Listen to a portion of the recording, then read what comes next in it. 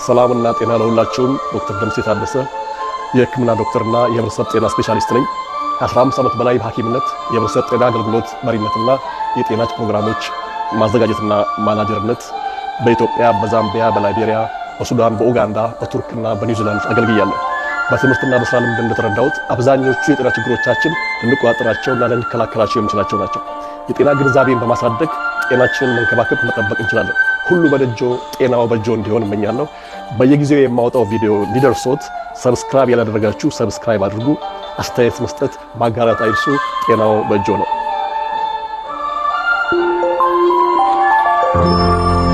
ታሞ ከመማቀቅ አስቀድሞ መጠንቀቅ።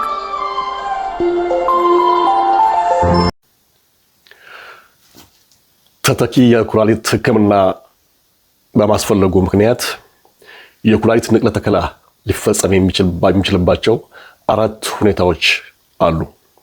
እነዚህም አንደኛው ስር የሰደደ የኩላሊት በሽታ ወይም ክሮኒክ ኪድኒ ዲዚዝ የመጨረሻ ደረጃ ላይ የደረሰ ማለት ስቴጅ 5 ኦር ኢንድ ስቴጅ ኪድኒ ዲዚዝ ሲኖር፣ ሁለተኛ አጣዳፊ የኩላሊት በሽታ ይሄም ማለት አኪዩት ኪድኒ ፌለር ኦር አኪዩት ሬናል ፌለር በሌላ ህክምና ማሻሻል ወይም ማከም ያልተቻለ እንደሆነ፣ ሶስተኛው የጤናማ ኩላሊት ለጋሽ ከተገኘና፣ አራተኛ ደግሞ ለጋሽም ተቀባይም ጤናማ ሆነው ሲገኙ ይሄ የኩላሊት ንቅለ ተከላ መፈጸም ይቻላል ማለት ነው።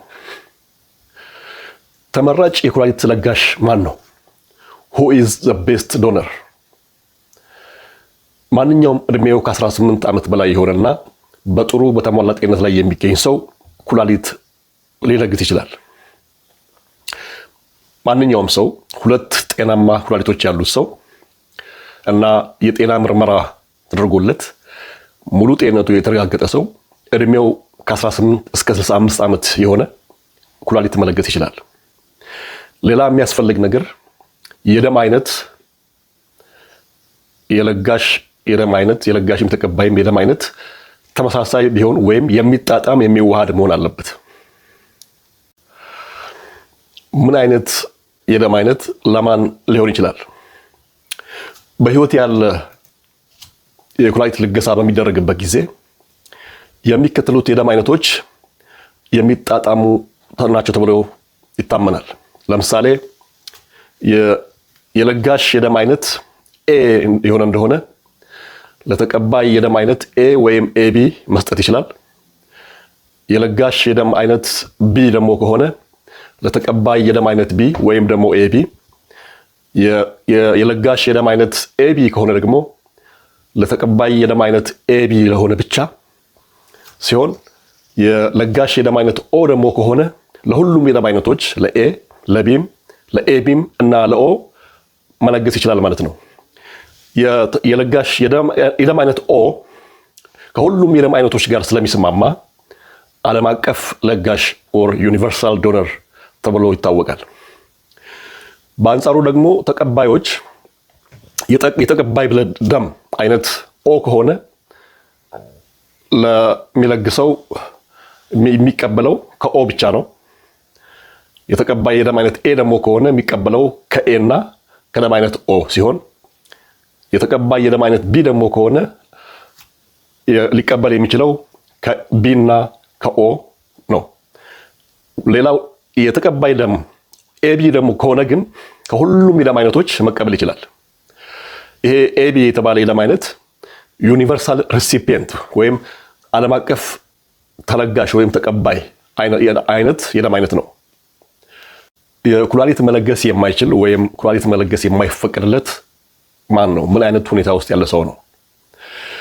የኩላሊት ልገሳው በህይወት ካለ ለጋሽ የሚሆን ከሆነ ለጋሹ ለጤና ችግር እንዳይጋለጥና የጤና ጉዳት እንዳይደርስበት ለማረጋገጥ ሙሉ ምርመራ ማካሄድ ያስፈልጋል። ለጋሹ የስኳር ህመም፣ ካንሰር፣ HIV፣ የልብ ህመም፣ የጉበት ህመም፣ መቆጣጠር ያልተቻለ ከፍተኛ የደም ግፊት፣ የኩላሊት ህመም ወይም ሌላ የከፋ የአካል ወይም የአእምሮ ጤና ችግር ከተገኘበት ኩላሊት መለገስ አይችልም። ወፍራም ከሆነና አንድ ሰው ወፍራም ከሆነና ኩላሊት ለመለገስ ፈቃደኛ ከሆነ ውፍረቱ እስኪቀንስ ድረስ መጠበቅ አለበት። ውፍረቱን መቀነስ ይኖርበታል። ኩላሊት መለገስ በህይወት ላለ ለጋሽ የሚያስከትለው ጉዳት አለ ወይ? አንድ ሰው ኩላሊቱን ቢለግስ በህይወት ያለ ኩላሊት ቢለግስ ምን አይነት ችግር ሊያጋጥመው ይችላል? ጤናማ ኑሮ መኖር ይችላል ወይ? ጥናቶች እንደሚያሳዩት ጤናማ ሆኖ ኩላሊት የለገሰ ሰው ምንም አይነት የጤና ችግር አያጋጥመውም። የተለመደውን ጤናማ ኑሮ ይቀጥላል። በአንድ ጤናማ ኩላሊት ሙሉና ጤናማ ህይወት መኖር ይችላል። ምንም አይነት የጤና ችግር አያጋጥመውም። የተለመደውን ኑሮ ላይፍ ስታይል የኑሮ ዘይቤ መቀጠል ይችላል። ኩላሊት በመለገሱ የአኗኗር ዘይቤው አይቀየርም። ምንም አይነት የህይወት ለውጥ ማድረግ የማይጠበቅበትም። የኩላሊት ንቅለ ተከላ አሰራር የተለገሰው ኩላሊት እንዴት ነው የሚተከለው? በህይወት ካለ የኩላሊት ለጋሽ ኩላሊት በሚወሰድበት ጊዜ ከቀዶ ጥገናው በፊት የተቀባዩም ሆነ የለጋሹ የአካል የአእምሮ ብቃትና ደህንነት ለማረጋገጥ የህክምና የስነ ልቦናና ማህበራዊ ምዘና ኢቫሉዌሽን ወይም አሴስመንት ይደረጋል። የቀዶ ጥገና ህክምናውን የሚያደርገው ቡድን ወይም ሰርጂካል ቲም ስለ ሂደቱ ጥልቀት ባለው ሁኔታ ማብራሪያ ከሰጠ በኋላ እና ለጋሽም ተቀባይም የስምምነት ቅጽ ኮንሴንት ፎርም ከፈረሙ በኋላ አጠቃላይ ማዘዣ ይሰጣል። የቀዶ ጥገና ህክምናውም ይካሄዳል። ይሄ የቀዶ ጥገና የሚካሄደው ጎን ለጎን ነው። የለጋሹም የተቀባዩም ኦፕሬሽን የሚካሄደው ጎን ለጎን ነው። ወዲያውኑ ከለጋሹ ኩላሊት እንደተወሰደ በዛው ቅጽበት ነው ወደ ተቀባዩ ወዳለበት ክፍል ተወስዶ ለተቀባዩ ይሄ አዲሱ የተለገሰ ኩላሊት የሚተከልለት። ይሄ ሂደቱ አጠቃላይ ከ3 እስከ 5 ሰዓት ሊወስድ ይችላል። ብዙውን ጊዜ ከለጋሹ የግራ ኩላሊት በኦፕን ሰርጀሪ ወይም ክፍት በሆነ ቀዶ ጥገና ወይም በላፓራስኮፒ ይካሄዳል። ላፓራስኮፒ ማለት በሆድ ውስጥ ያሉ አካላትን ለመመርመር የሚጠቅም የምርመራ ሂደት ነው። የምርመራ ፕሮሲጀር ነው። አነስተኛ መሰንጠቂያዎችን ብቻ በመጠቀም አነስተኛ አደጋ ያለው ከፍተኛ የሰውነት ጉዳት የማያስከትል የኦፕሬሽን አይነት ነው ወይም ሰርጂካል ፕሮሲጀር ነው። የመመርመሪያም ዘዴ ነው። ለኦፕሬሽንም ያገለግላል።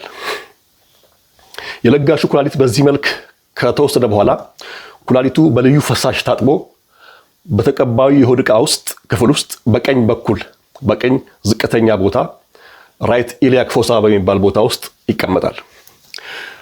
የተቀባዩ ነባርና የታመመ ኩላሊት አብዛኛው ጊዜ እዛው ነው የሚተወው እንጂ አይወገድም። ወጥቶ አይጣልም። እዛው ነው የሚተወው። ሌላ ችግር ኢንፌክሽን ከሌለው በስተቀር ሌላ ችግር ወይም ካንሰር ምክንያቱ ካንሰር ከሆነ ወይም ኢንፌክሽን ከሆነና ያ አደጋው ወደ ሌላ አካል ሊሰራጭ የሚል ከሆነ ካልሆነ በስተቀር አይወገድም። እዛው ነው የሚቀመጠው። የተተከለው ኩላሊት በህይወት ካለ ወይም ህያው ለጋሽ ከሆነ ይሄ የተተከለ ኩላሊት ወዲያውኑ ስራውን ሊጀምር ይችላል። ነገር ግን ይሄ ኩላሊት የተለገሰው ኩላሊት በህይወት ከሌለ ወይም ከሞተ ሰው ወይም ከካዳቨር ከሆነ ግን ጥቂት ቀናት ወይም ሳምንታት ሊወስድ ይችላል ስራውን እስከሚጀምር። ስለዚህ ይሄ የተተከለ ኩላሊት ሙሉ ስራውን እስከሚጀምር ድረስ ታማሚው በዳያሊሲስ ወይም የኩላሊት እጥበት ላይ እንዲቆይ ይደረጋል። ከተተከለው በኋላ የኩላሊት ስፔሻሊስት ወይም ኔፍሮሎጂስት ለተቀባዩ ክትትል ይደረጋል። በህይወት ያሉ ለጋሾችም በየጊዜው ክትትል እና ምርመራ ይደረግላቸዋል። ከተከላው በኋላ ሊያጋጥሙ የሚችሉ ችግሮች ወይም ምንድን ናቸው? ኩላሊቱ ከተተከለ በኋላ ንቅለ ተከላው ከተፈጸመ በኋላ ሊያጋጥሙ የሚችሉ ችግሮች አንደኛው አለመቀበል ወይም ሪጀክሽን። ሰውነታችን ኩላሊት የገባለት ሰው አዲሱን የገባ ኩላሊት ላይቀበለው ሪጀክት ሊያደርገው ይችላል። ሌላው እንደማንኛውም የቀዶ ህክምና ሂደት ወይም ፕሮሲጀር ኢንፌክሽን፣ ቁስለት ሊያጋጥም ይችላል። የመድኃኒት የማደንዘዣ ይሁን ወይም ሌሎች መድኃኒቶች የሚሰጡ መድኃኒቶች የጎንዮሽ ጉዳቶች ሊከሰቱ ይችላሉ። ከቀዶ ጥገና ህክምና በኋላ የሚከሰቱ ችግሮች የተለያዩ ችግሮች ሊያጋጥሙ ይችላሉ። ስለዚህም የተተከለውን የኩላሊት ጤንነት ለመጠበቅና ኢንፌክሽን ወይም ቁስለት ለመከላከል የሚያስችሉ ጥንቃቄዎች ያስፈልጋሉ። ተከታታይ የጤና የቅርብ ክትትልም ይደረጋል። የኩላሊት ንቅለ ተከላ ከተደረገ በኋላ እነዚህን የመሳሰሉ ችግሮች ሊያጋጥሙ ስለሚችሉ የቅርብ ክትትልና ህክምና ያስፈልጋል ማለት ነው። የድህረ ተከላ መድኃኒቶችና የኩላሊት አለመቀበል ጉዳይ ምንድን ነው? ከኩላሊት ንቅለ ተከላ ቀዶ ጥገና በኋላ የሚያስፈልጉ እንክብካቤዎች ከሌሎች መደበኛ ቀዶ ጥገና እንክብካቤዎች እና ክትትል ልዩ የሚያደርገው በመደበኛ የቀዶ ጥገና ህክምና ወቅት መድኃኒቶች እና እንክብካቤዎች ከ7 እስከ 10 ቀን ባልበለጠ ጊዜ የሚደረጉ ሲሆን ከኩላሊት ንቅለ ተከላ በኋላ ግን የእድሜ ልክ መደበኛ መድኃኒቶችና ጥንቃቄ የተሞላበት ክትትልና እንክብካቤ የግድ መሆኑ ነው። የኩላሊት አለመቀበል ወይም ሪጀክሽን ምንድን ነው? ኩላሊት ንቅለ ተከላ ከተደረገ በኋላ ሪጀክሽን የሚያጋጥመው ወይም አለመቀበል የሚያጋጥመው ለምንድን ነው? በሰውነታችን ውስጥ ሰውነታችን የመከላከያ በሽታን የመከላከያ ስርዓት አለው፣ ኢሚዩኒቲ። ይሄ ኢሚዩኒቲ አንዳንዴ ራሳችን ሰውነታችን ላይ እርምጃ ይወስዳል፣ አውቶ ኢሚዩኒቲ ይባላል። የሰውነታችን የበሽታ የመከላከያ ስርዓት ከውጪ የሚገቡ ፕሮቲኖች፣ ቫይረሶች፣ ባክቴሪያዎች እና ሌሎች ነገሮችን አይደንቲፋይ የሚያደርግ እውቅና የሚሰጥ የሚለይ እንደ ባዕድ ወራሪ ጠላት በመቁጠር ለማጥፋት እና ለማስወገድ የሚሰራ ስርዓት ነው። ስለዚህ ነው የተቀባዩ በሽታ የመከላከል ስርዓት ወይም ኢሚዩኒቲ ሲስተም የተተከለው ኩላሊት የራሱ አለመሆኑን ወይም ባዕድ መሆኑን ሲገነዘብ የተተካውን ኩላሊት በማጥቃት ለማስወገድ ወይም ለማጥፋት ይሞክራል። ይህ ሂደት አለመቀበል ኦር ሪጀክሽን ተብሎ ይታወቃል።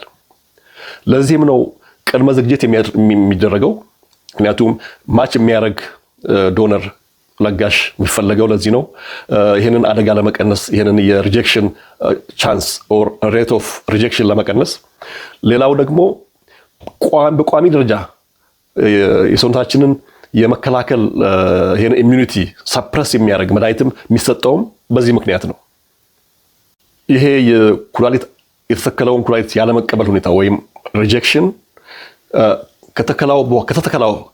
ከተከላው በኋላ በማንኛውም ጊዜ ሊከሰት የሚችል ነው። በተለይም በመጀመሪያዎቹ 6 ወራት ውስጥ ሊፈጸም የሚችል ነው። ከተከሰተ በመጀመሪያዎቹ 6 ወራት ውስጥ ብዙ ጊዜ ይከሰታል። የሚከሰት ከሆነ ሌላው የኩላሊት ንቅለ ተከላ ጉዳቶች ወይም ዲስአድቫንቴጅስ፣ እንደ ማንኛውም ኦፕሬሽን ማደንዘዣ ይሰጣል። ይሄ ማደንዘዣ የሚሰጠው አጠቃላይ ጀነራል አነስቴዚያ ነው። ስለዚህ ከማደንዘዣው ጋር የተያያዙ ችግሮች ሊያጋጥሙ ይችላሉ። ሰውነት ከአዲሱን ባዕድ አካል ላይቀበል ይችላል። ቀደም ብለን እንዳልነው ሪጀክሽን ሊያጋጥም ይችላል። ይህ ችግር አሁን በተሻለ ሕክምና እየቀነሰ መጥቷል። በየጊዜው በቋሚነት የሚወሰዱ መድኃኒቶች ይኖራሉ። እድሜ ልክ የሚወሰዱ በመሆናቸው ማቋረጥ፣ መርሳት፣ አለመውሰድ አይቻልም። ይህም የሚደረገው አለመቀበል ወይም ሪጀክሽን እንዳያጋጥምና ይሄንንም የተከላውን አስተማማኝ ለማድረግ ነው። እነዚህ መድኃኒቶች የሰውነትን በሽታ የመከላከል አቅም የሚቀንሱ ስለሆኑ እነኚህ ሪጀክሽንን ለመከላከል የሚሰጡ ኢሚዩን ሰፕሬሳንት ኢሚዩኒቲን ሰፕሬስ የሚያደርጉ መድኃኒቶች የሰውነታችንን የህመም መከላከል አቅም የሚቀንሱ ስለሆኑ ህመምተኛው ለተላላፊ በሽታዎች ሊጋለጥ ይችላል። ሌላው ችግር ለካንሰር በሽታ የመጋለጥ ዕድል ይጨምራል። የሚወስዷቸው መድኃኒቶችም ለደም ግፊት መጨመር፣ ለስኳር ህመም፣ ለልብ ህመም ወይም ለስብ ክምችት፣ ለኮሌስትሮል ስለሚያጋልጡ በየጊዜው የጤና ክትትል ማድረግ አስፈላጊ ነው። የኩላሊት ተቀባዮች ከዝግጅቱ ጊዜ ጀምሮ ተስማሚ ለጋሽ ይገኝ ይሆን? ከየት ይገኛል? የቀዶ ጥገናውስ በአስተማማኝ ሁኔታ ይፈጸም ይሆን? አለመቀበል ሪጀክሽን ሲያጋጥም ይሆን? እያሉ ወዘተ በሚል ስጋትና ጭንቀት ከፍተኛ ሀሳብ ውስጥ ከፍተኛ ጭንቀት ውስጥ ይገባሉ። በአጠቃላይ ሂደቱ ጫና ያለበት ስትረስፉል ፕሮሲጀር ነው። በስካሁኑ ቪዲዮዎች ዳያሊሲስ ኤንድ ኪድኒ ትራንስፕላንቴሽን የሚባሉ ተተኪ የኩላሊት ህክምና አይነቶችና አሰራሮችን አይተናል። በሚቀጥለው ቪዲዮ ደግሞ የትኛው ተተኪ የኩላሊት ህክምና ይሻላል? ዳያሊሲስ ነው የሚሻለው ወይስ ኪድኒ ትራንስፕላንቴሽን? በምንስ ምክንያት ይበላለጣሉ?